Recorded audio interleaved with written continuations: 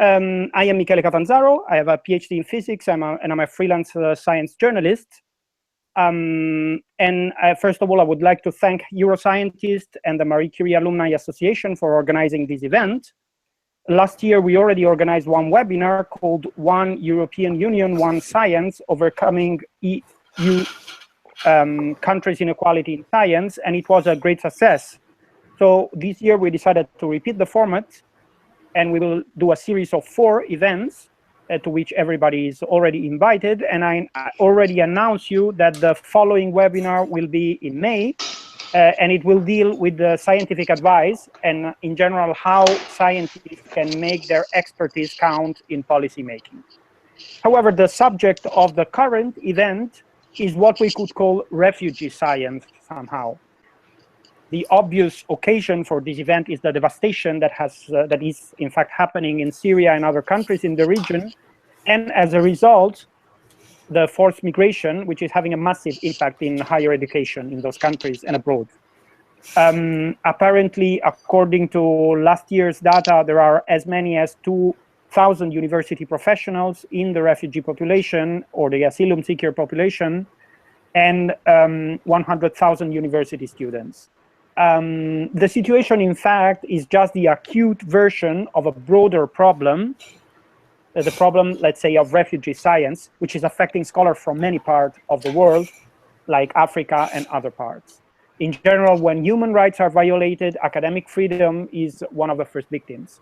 And anyway, in this event, we would like to see, let's say, the flip side of the coin, that is the multiple creative ways in which the scientific community has found ways to tackle this problem. So the structure of the event will be the following. There will be a round of 4 short interventions, 5 minutes each from the speakers, in which they will basically deal with what they personally and their organization have done related to this issue. And then there will be a question and answer. I will be the moderator, but you will have the opportunity through the chat application associated to this streaming to pose your question. The question will be forwarded to me, and I will pose them to the speakers. Okay, so let us start the intervention with Renata Suter. She's the head of research of the Kiron Open Higher Education, an organization based in Berlin, Germany, and in Istanbul, Turkey, which offers a mixed online-offline system to provide world-class education to displaced students. Renata, the stage is yours. So thank you very much. First of all, I would like to thank you for organizing this event and for the opportunity to take part in this webinar.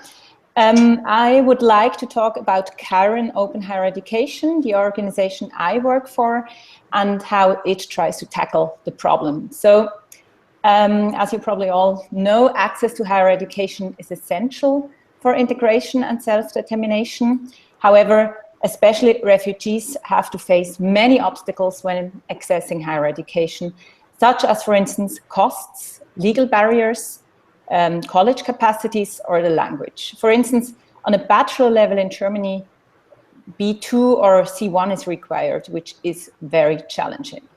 So to start, in a nutshell, what Kiron provides or offers to refugees is access to higher education through digital solutions. Refugees can start studying with us, with Kiron, wherever they are, whatever legal documents they miss. The only entry requirement we ask for is a proof of refugee status. But also here we are very flexible, as for instance, we also accept internally displaced persons. So to achieve that, Kiron uses an innovative combination of offline and online learning to provide accessible, sustainable, and cost-effective education. And here we partner with the most innovative online course providers, such as Coursera, edX, or Sailor Academy, such that our students can study online with MOOCs. And through our approach, which is a MOOC-based curriculum approach, we do overcome some of these barriers on the way to higher education. And we make education more accessible in the beginning and with less costs. So our students can start studying without providing all the identification documents that they need for a normal university. And a lot of students have to organize these documents back from Syria, for instance, which takes a lot of time, as you can imagine. So we do not need college capacities either right at the beginning, as our students study online for the first semesters. And we have a lot of partner universities who actually say, it's great that refugees start to study online with Kiron. And in the second year, when there is again capacity at universities due to dropouts, the transfer at local universities becomes possible. Because, for instance, in engineering, you might know there is also a very high dropout rate in the first semesters at universities. So we provide MOOCs that are in the language that most of our students speak, which is English. And then they can learn another language. For instance, in Germany, this is German, with our online language courses on the way, so that later on they can enter into a higher education program in the country they live that also could be in another language, like for instance in Germany, once they've learned that language with us online. So how do we actually do that? First of all, we identified fields of study that we think could be offered online. So not everything can be offered online, but we asked a lot of our students in Berlin, but also in Istanbul, in focus group about their needs, about their wishes. And we then went for business and economics, computer sciences, social sciences, and engineering. And for these 4 fields of studies, we set up MOOC-based curriculum based on European standards. And importantly, our partner universities accept the courses our students take online, such that our students can, with these credit points, transfer into a higher semester at one of our partner universities later on. But Kiron offers also much more than just online learning. We believe that blended learning, where online courses are complemented with live and direct online tutoring and offline services, like our buddy program, a mentoring program, study hubs, and career services, best serves the needs of our students. So this shows that Kiron is offering something different than normal or traditional universities. We want to be somehow disruptive, but disruptive not meaning that we want to be a competitor to universities, but that we want to be a partner of universities, of most innovative online course providers. And with these partnerships, we want to provide on latest educational technologies a scalable product for this global challenge. And what we change is the entry phase to higher education. Kiron wants to prevent these young people from losing these valuable years that are so important for their development. It gives them the opportunity to access education, and we want them with all the we help them with all the document work and the transfer to our partner universities later on. Okay. And our main goal is also changing the refugee narrative. So we want to empower our students to live a self-determined life by offering access to higher education, that they can prove what skills they have, that we empower them to show that they can bring a great benefit to our societies and also to their home societies. Okay, Renata, thanks a lot. Let me remind to the other speakers to turn off their microphone when they're not speaking, because otherwise they will get whatever noise or sound would get amplified. And so now I would like to give the stage to Enno Auf der Heide, Secretary General of the Alexander von Humboldt Foundation, for another experience based in Europe, based in Germany again. He's the promoter of this initiative, the Philipp Schwartz initiative, that will allow tens of scientists and scholars who are under threat from political persecution to continue their research at German university and research institution. So Enno, the stage is yours. Yes, thank you very much for this opportunity. Actually, the part that the Alexander von Humboldt Foundation is working on is very different from Kiron, because we actually focus on researchers who already have got their PhD and who do have a track record in research. The point we come from is not really the refugee crisis in Syria, but generally the situation, as you put it, when human rights come under pressure, the scientific or the research enterprise is among the first victims. So what we try to set up initiative that supported universities in giving a structured support to scholars at risk. And the starting point actually also was the Scholars at Risk network in the United States, because Germany actually used to be quite inactive in this network. So our initiative not primarily aimed at individuals under threat, but it primarily aimed at universities, trying to stimulate universities to think about how to be active in a network for scholars at risk, for refugee scientists.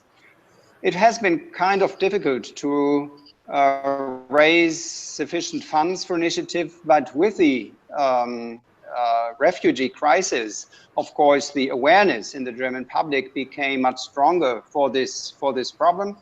And we got a very good start with private initiative, actually, several German other foundations contributing money. And then the Foreign Office really came in with massive support, also with strong support from the German Parliament, so that by now we can support more than 60 scholars from many countries for a 2-year period at a German university or research organization. Also, the Humboldt Foundation coordinates the German section of Scholars at Risk, so that we can build up a network that is approachable by people who need support, or also by other organizations who are in contact with such threatened scholars. In the end, what we hope for is that we can put this on a permanent basis. We will have to see how things develop after the elections that we have in Germany this year. And of course, we have 2 further challenges that we are going to deal with. The first is the challenge to give or to help these people really get a long-term perspective, either in Germany or at home or in another country. And this is one of the very prime criteria is that the universities do give support to the individuals, not only to do research for a 2-year period, but to enlarge their professional networks and to identify further perspectives. And the other, and this is very similar to what we heard before, is that we also hope that the scientists who are really bringing their perspective and their knowledge and their ideas and their creativity to German universities and research institutions can also be made visible to the public, so that people in Germany, on one hand, see what these people have been through, what they have experienced, because this, of course, is important to keep up the momentum that the support for refugees in Germany has at the moment. And on the other hand, see how much they really contribute to our research. Thank you. Great, Enno, thanks a lot.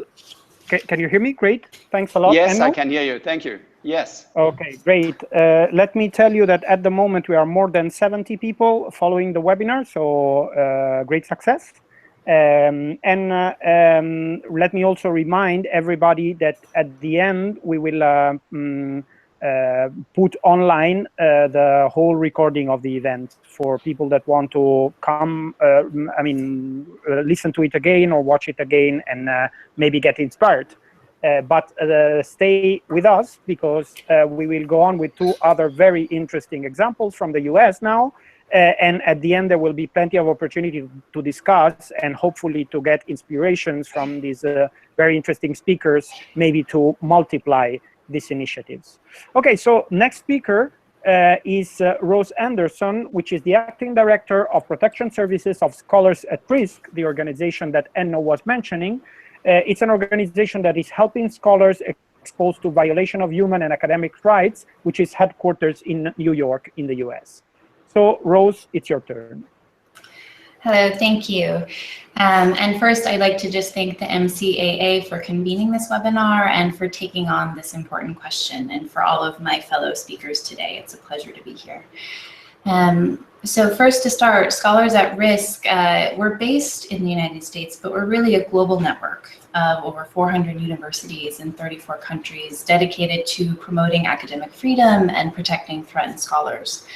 We have programs related to scholar protection, which is the program that I work on, advocacy, and a program on research and learning on academic freedom issues. Our protection work is the work of connecting threatened scholars with university hosts for short-term temporary visits that allow them to resume their academic careers in safety.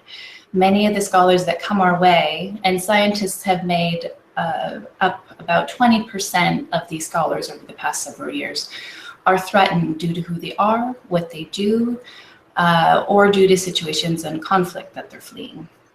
We work both with scholars who are still in their countries facing risk and are trying to get out, and also those who are displaced now and have fled due to the risks that they face, including many who are now refugees. We've helped over 100 scholars in the past year with these temporary placements in our network, which are usually 1 to 2 years in duration, which has allowed these scholars to get back into doing the research, teaching, and even publications that they've had to temporarily abandon when they fled. And we've helped other scholars through our advisory services, including career advice, legal referrals, and other types of assistance.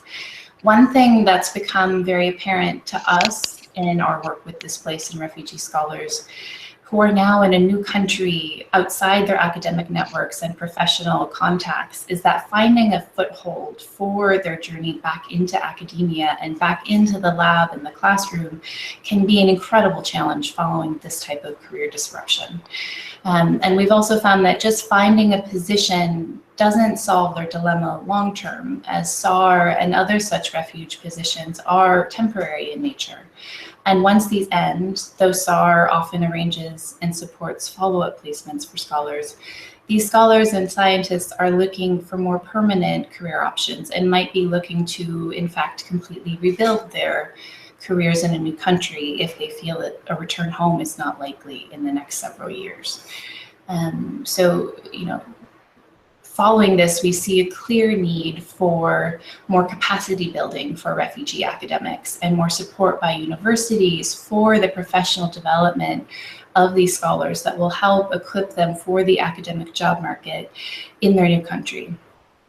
This could include anything from supporting professional development opportunities to reaccreditation, language courses, and other practical skills building that will help get them into the academic job market and able to compete in it in a new country. And this need is one of the reasons why SAR has started a skills building training for the scholars that we work with that is focused on increasing skills for the academic job search and really making the most of a visit at a university. We've started a series of scholar workshops. The first was held in New York, the second was in Oslo, and we have a few more coming up this year, including one in Germany in partnership with the Philip Schwartz Initiative. And we hope that this model will be replicated as a way for universities to really help the threatened and refugee scholars that are at their university be able to more easily rebuild their careers where they are. And I want to just note that we really see another reflection on this work is that due to the scale of the refugee crisis, partnerships are so vital. And we're so grateful for our partnership with the Humboldt Foundation and all of the dozens of threatened academics that are now able to continue their work in safety in Germany due to the Philip Schwartz Initiative and due to the great interest in these issues that the Philip Schwartz Initiative has created in Germany. And another partnership that I'd like to highlight is one that is in part a project that's in partnership with the University of Oslo, the University of Ljubljana, Unica, and others for the European Commission funded Academic Refuge project, which aims to improve the capacity of European universities to assist refugees and threatened academics on campus. This project starts with the training week, the 3rd week of June, and one focus of this training is for university staff on welcoming refugees and threatened academics to campus. And one hope is that this project will help equip universities to support refugee students and scholars, and will spark ideas for new support programs for these individuals on European campuses. Thanks, Rose. I'll pause there for now, but I just want to note, if anyone would like to apply for that training week in June, the application is now live, and we can share the link following this webinar. Thank you. Thanks a lot, Rose. And now let us go to our last speaker, Alan Goodman, President and Chief Executive Officer of the Institute of International Education, an organization monitoring academic freedom and providing concrete solutions, headquartered in New York. Alan, the stage is yours.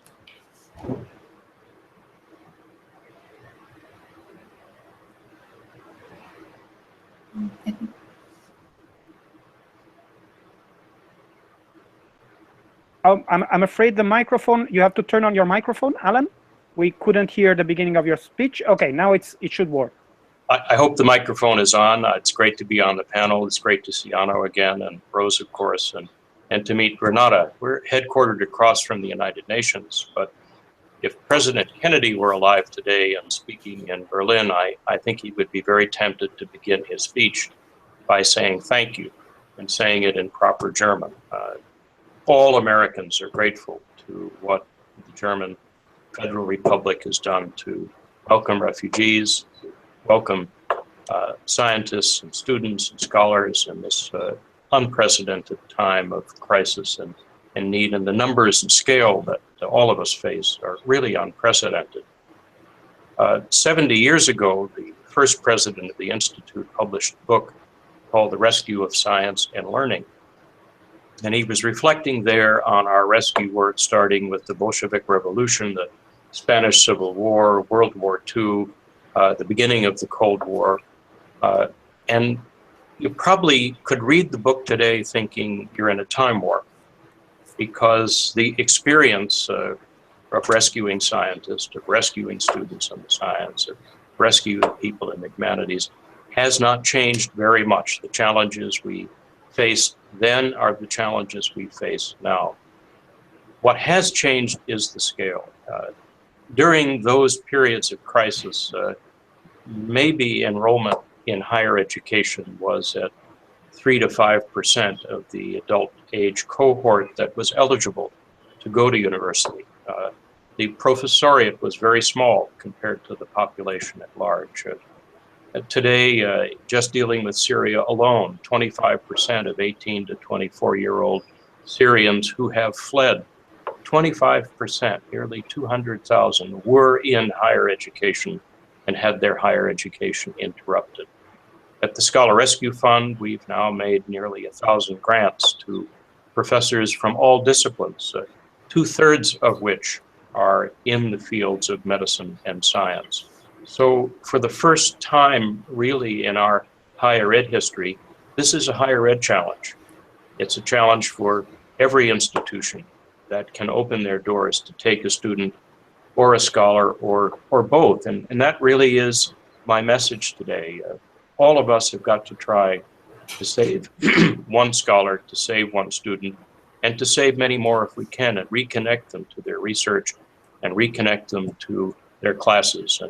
And we're really very grateful for what the Philip Schwartz Initiative has done, what the state of Baden-Württemberg is about to do, and what the people of Germany have done to recognize that the rescue of science and learning at all levels is a higher ed responsibility.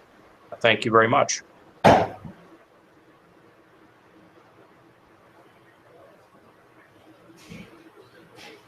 Okay, great. Thanks a lot, Alan. We already have a lot of questions from the public, so I will basically pose them to you as I get them. And I had a lot of questions myself, but I will shut up and leave the opportunity to the public to ask what they want. So first of all, there is a question by Ana Horta Bellido. I am the co-founder and president of the Young European Biologists, which is an NGO, and I'm really interested about which are the steps that the refugee have to deal with to get to a European Union university. So I repeat, the steps that the refugee have to deal with to get to the European Union university. Maybe Renata is the best informed person on this point, but anybody else can answer if they want.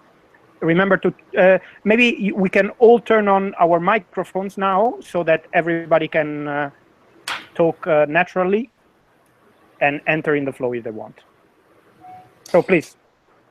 So if I should start, for like one of the obvious problems, for instance, in Germany is that most universities ask for German language skills, for instance, which is a problem. There are a few private ones that are in English, but you have to speak the language actually to be able to go to one of these universities.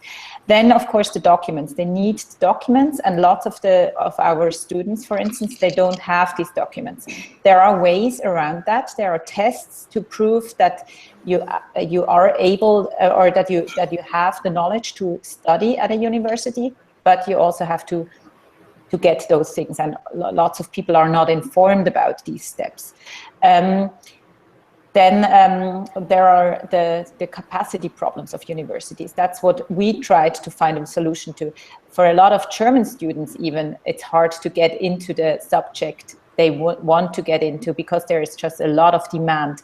And that's how we try to solve the problem, that all these young people coming to Germany now, that they can transfer right into the second year or the second semester, because there is already a problem, for instance, in Germany with capacity, so that we can get around that. So there are a lot of these problems, I guess, language and document problems, so legal problems are probably the biggest ones, especially for people who don't know the bureaucracy in the country they came to. And here there is a lot of demand and a lot of help needed.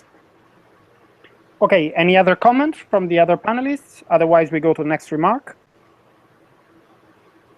Okay, so we have comments, in fact, from a Syrian colleague. She's called Jennifer Al-Khalil, and she wants to mention some of the problems that Syrian researchers suffer from.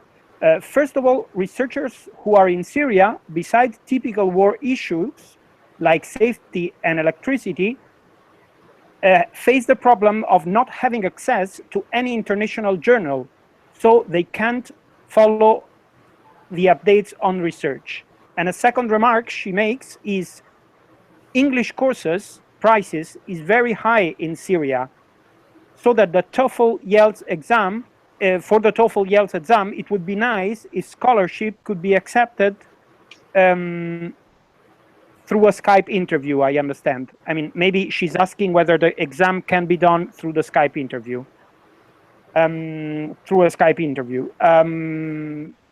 Any remark on these two problems, that is access to international journals and the difficulty to get English courses? Yeah, I think I would like to comment, Enno. Please, go on. Yes. Within the Philip Schwartz initiative, the criteria that we have do not really look for very current publications, and we do take into account the difficulties that there are. So if people, if the university in Germany and the scholar from abroad come to a consensus that there is an opportunity and good circumstances at the German place to carry on the work that has started in Syria or Turkey or Burundi or you name it, then the second thing is that we ask our friends and partners in the United States, and we are very grateful to both the Scholars Rescue Fund and Scholars at Risk that they do the vetting whether these people are really threatened. So if they are threatened, they can come to Germany and work at the German university, even without very recent publications. Of course, they do have to be researchers, but they don't have to have very recent publications. They don't have to be up to date to current issues and current results. And we do not ask for a TOEFL test. I'd be happy to address the TOEFL issue. We work very closely with the Educational Testing Service, and every time there is a need for scholarships, we approach them and they provide the testing so that students can take it without having to pay a fee. We will have more information about this and other scholarships on the 1st of March on a new platform for education's in emergency response, which will try to inventory all the scholarships and opportunities there are for students around the world, and that allowing Syrian students to connect virtually to those opportunities. And like Renata was mentioning, the virtual advisors and some tutoring, and also free online courses and certifications from Coursera, so that while people are looking about where they can go, they can actually be working on the next course that they need to take. And there will be scholarships there also for English language testing and English language acquisition. Okay, great. So very interesting news, by the way. We will keep an eye on it. Okay, so another name is PEER, P-E-E-R. It's funded by the Catalyst Trust for University Education, Universal Education, founded by Gordon Brown and John Sexton. So it is a European and an American initiative. And we hope by creating this permanent platform and updating it all the time, we will have invented a response that will help refugee students everywhere and not just in the Syrian case. Okay, so we see at least a couple of examples of how to use, let's say, online technology to overcome the geographical difficulties. Next question is from Scott Harrison for the panelists. What do they see as some of the big unanswered questions when understanding the refugee community? For example, do we know what effect refugee education had on employability? I repeat, what is the effect of refugee education on employability? Any remark from the speakers?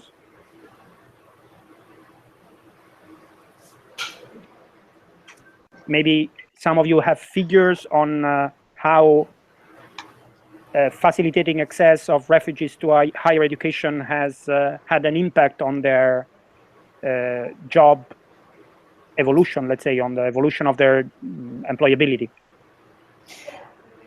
I can say something here. We get a lot of interest from companies in Germany who are interested in our students. So I guess giving them access to higher education changes their status. They are not just refugees anymore. They're students with us, enrolled in a study track. And a lot of companies are interested, for instance, in people enrolled in computer sciences or in mechanics. So we also work with a refugee job platform together, and there is a lot of interest, because in Germany we face also a lack of educated people in certain areas. So I guess giving them access to education, whether they finish their studies with us or not, changes their perspectives to get access to jobs as well. And we face that this is not our first priority to give them to find them jobs, but it's of course a good, a nice other effect that we have. So we have, on the one hand, we promote university degrees, but on the other hand, we of course also have people who directly go to the job market through our platform, for instance. Okay. One more question, a very general one. How easy it is to get funding for this kind of projects? So it's a broad question, but an essential one. I mean, where do the money come from to somehow help our fellow refugee scholars? And is it easy to get it? No gift is too small, and no gift is too big.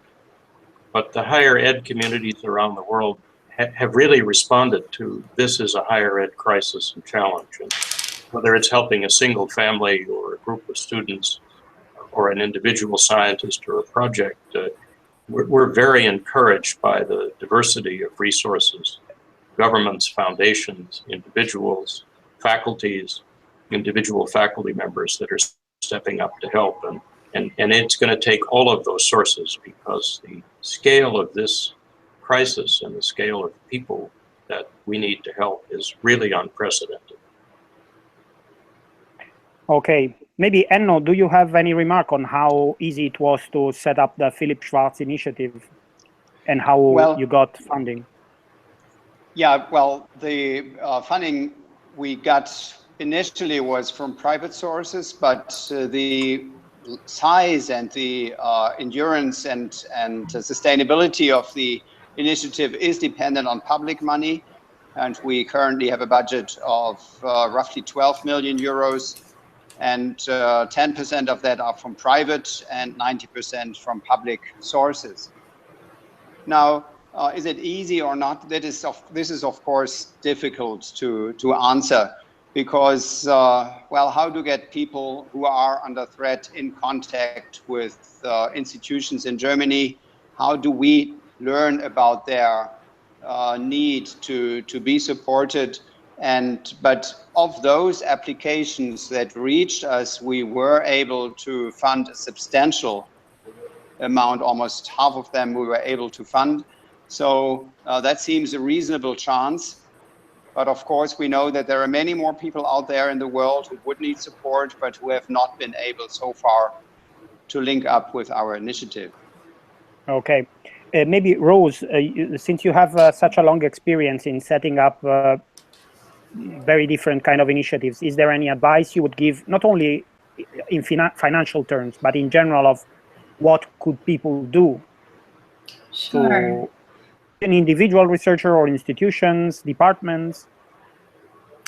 Sure. Yeah, and I'll just on the overall question, I'll just say I don't know that fundraising is ever easy, but I do know, and it is heartening to see that there is a lot of attention and awareness to these issues, specifically in Europe. And I know that we're hoping, and we've heard that perhaps, there might be similar initiatives in other countries. And I really hope that that is the case. And I hope that the funder interest does come through there. And to sort of go to Alan's point in terms of nothing is too big or too small, even something as simple as seeing whether your university might be able to invite a threatened scholar to speak on campus is really quite often a way to both allow that scholar to network at the university, helps really get them in that academic space again, and creates interest on your campus about these issues and about the types of challenges that these academics face. We have a speaker series where we try to do this, make these connections between scholars and universities that want to invite someone to speak. So that's one really small way. And another way is that we see a lot of universities in the SAR network who perhaps one department doesn't have the funding to host a scholar, but they go around and talk to other departments and jointly come up with the funds to host a scholar. And so there are ways to collaborate within a university and find a way to create one of these refuge positions. And also I just want to, even something that doesn't necessarily have a cost, but is time.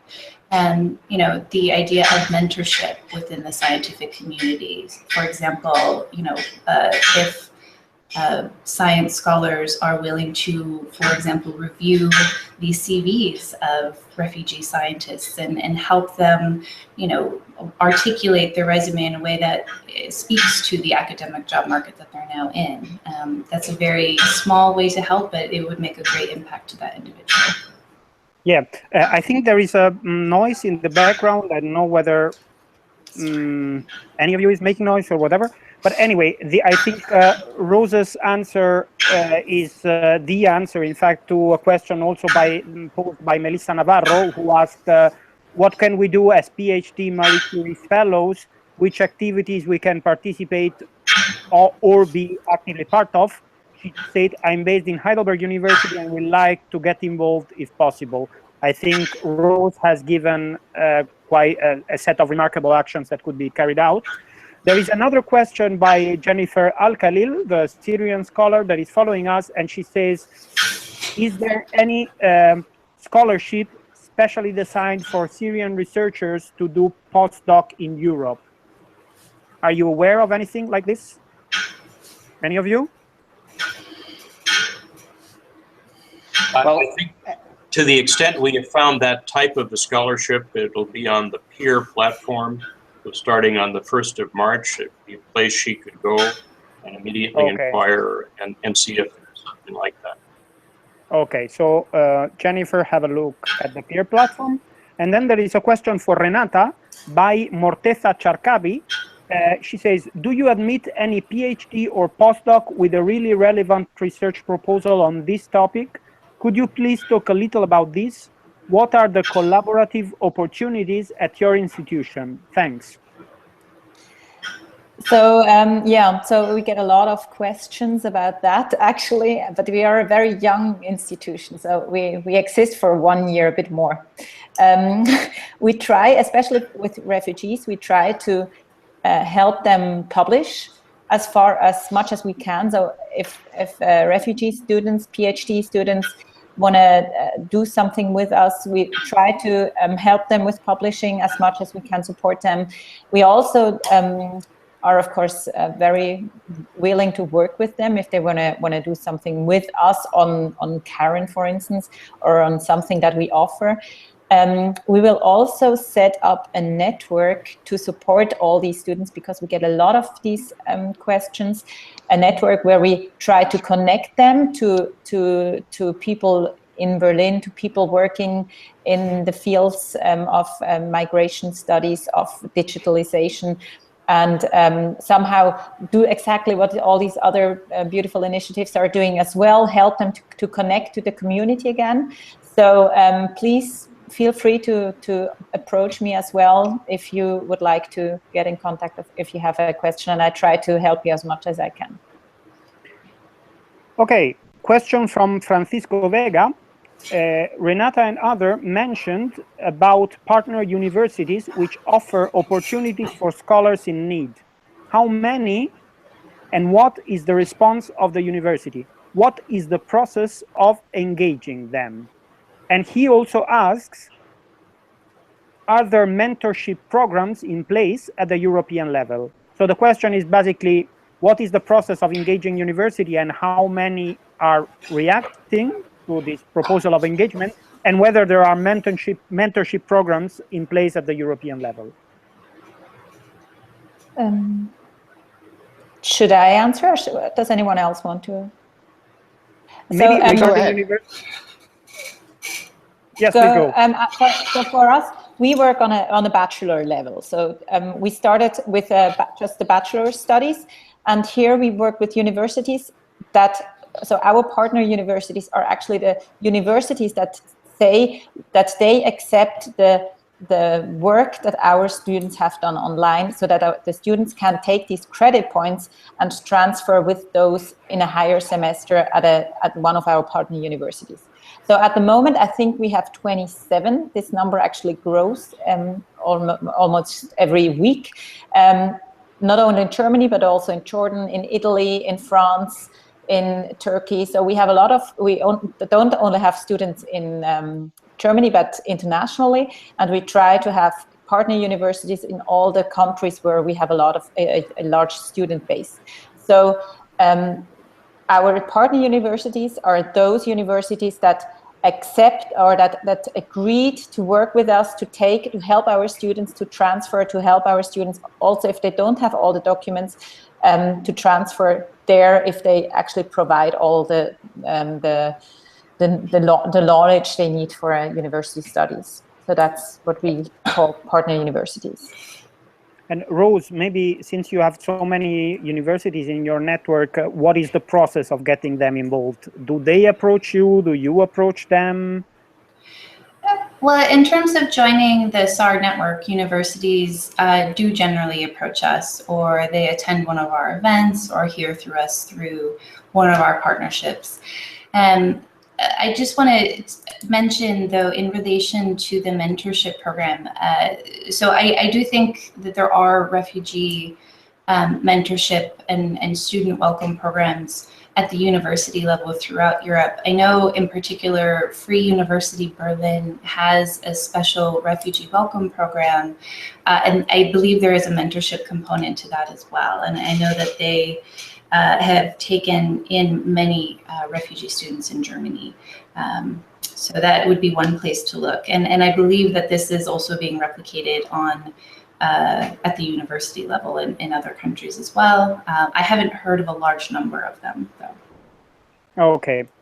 Speaking for Scholar Rescue, we now place scholars at about 500 universities around the world, which is a big number, and we're very grateful. But there are 15,000 institutions of higher education authorized to host foreign students and foreign scholars. And our aim is really to get every one of those institutions able to assist in the refugee crisis today and the one that is looming for tomorrow. Great.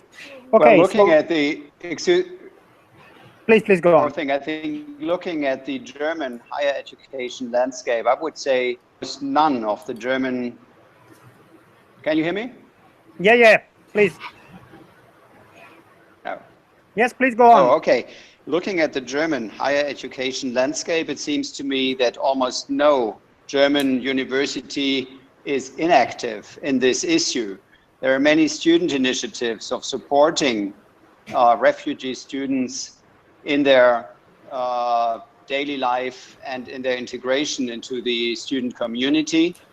And the German government, the research ministry, via the Deutsche Akademischer Austauschdienst, has set up a 100 million euro program to support students in learning German, to support students in taking up their courses at German universities. So there's really a substantial number of students supported in almost all of the German higher education institutions. Okay, great. Thanks. Okay, a question from Ahmed Aikak. What kind of offer refugees may have if they want to continue their postgraduate studies in the USA? Take into account that there is a discussion about visa ban. Is it going to be more problematic? So I guess the basic question is whether the ban that was announced and then was somehow deleted will affect the opportunities for refugees to continue their postgraduate studies in the US. Of course, it's too soon. It is too soon to tell, but what has not changed in America is the willingness of our colleges and universities to host refugee students, refugee scholars, and I use refugee with a small r because there are so many more people that are displaced than official refugees. But we'll have to wait the 90 days to see what comes out of Washington. Okay. And I agree with that. It is a bit early. I will say that our fear is that this may have a chilling effect on students and scholars from those 7 countries coming to the US, no matter what happens in 90 days.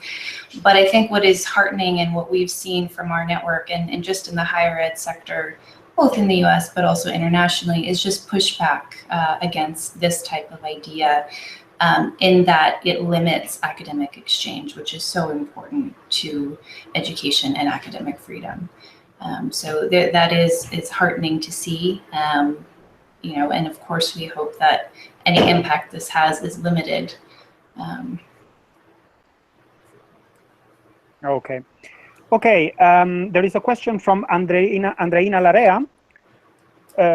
Dr. Renata talked about online courses offered for refugees, and Rose talked about training courses in refugee camps. Question: do you think it is possible to do something else to integrate refugees in the country and society? So what else is needed beyond courses?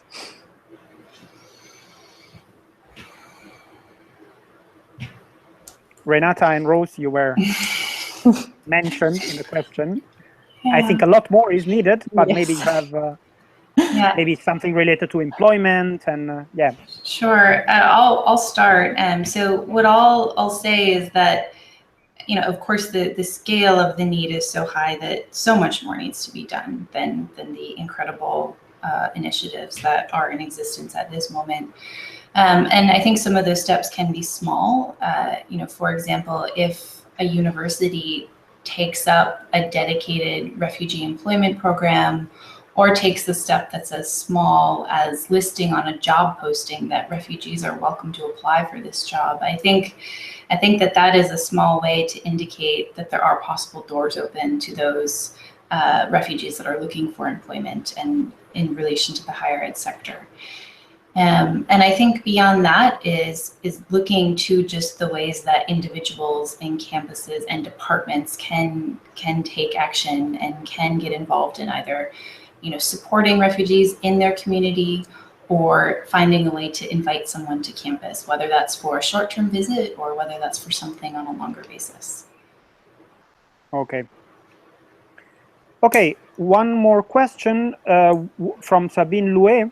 What is the panelist's view on the long-term career perspective of refugees?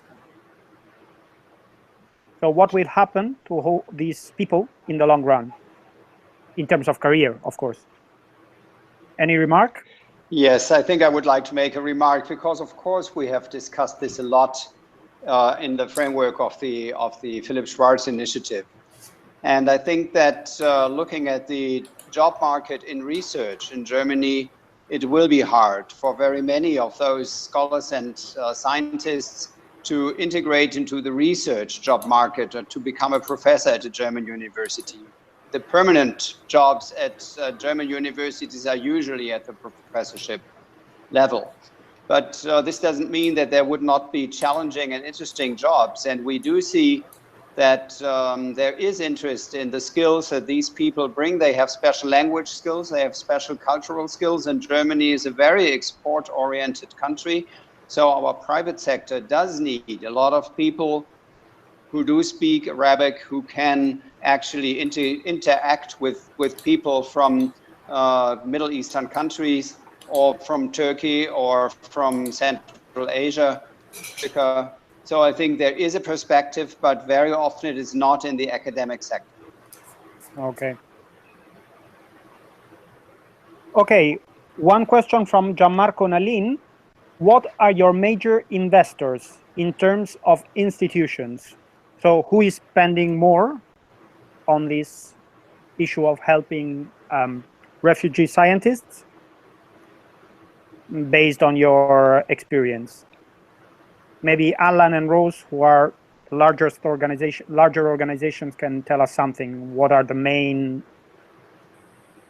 funding actors in the field? I think we're both equal opportunity beggars.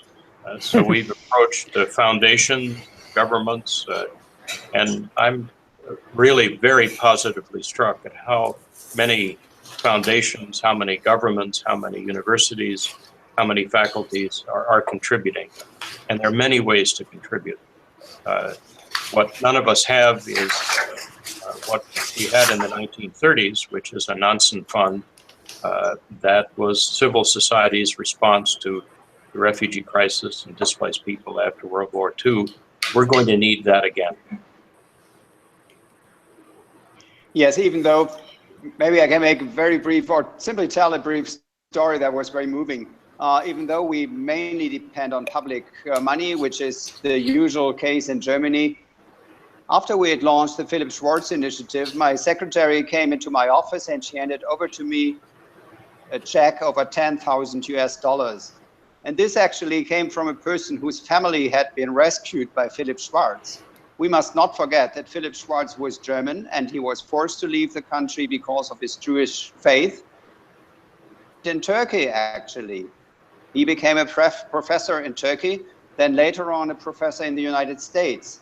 And this was a person now living in the United States whose family had been rescued by Philip Schwartz, who set up an initiative for threatened scholars from Germany in the 1930s.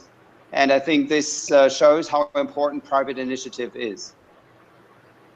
Okay, great.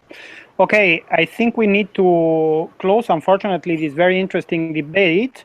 There was a last question by a person that, by Rui Maceira de Faria. In terms of diversity of people and cultures, academia is often a bubble. How can European researchers spread these values in our society so that refugees are more welcome and better integrated? And let me somehow restate, I had a question myself I wanted to pose to you. I mean, we asked here, what can scholars do? But maybe let me ask what scholars cannot do and should be done by civil society and by politicians in general. What would you like to see, especially at the European level, maybe related to the number of refugees that countries should be somehow having in their borders and are not, whether you have somehow a broader message to society? So let us make maybe a round of last interventions with your last message. Who wants to start? Well, from the American perspective, we are a nation of immigrants. We all came, our parents all came from someplace else.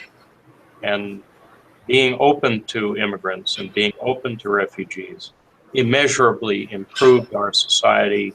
It advanced our science. Half of all Americans who have won Nobel Prizes were actually born in another country.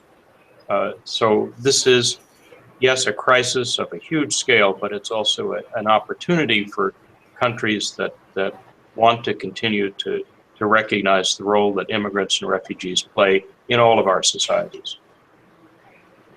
Okay, Enno, what would you like to see beyond, let's say, academia? Yes, I would actually like to see that not only scientists and scholars, but refugees as such are seen as human beings. Our politicians should definitely not try to focus on immigrants that have done wrong, but they should focus on the vast majority, and they should focus on the fact that not a higher proportion of immigrants gets on the wrong track than Germany. In this case, I would not say that we need special treatment for refugee scholars, but we need fairness to these people who do enrich our country, but who do have a very special personal history.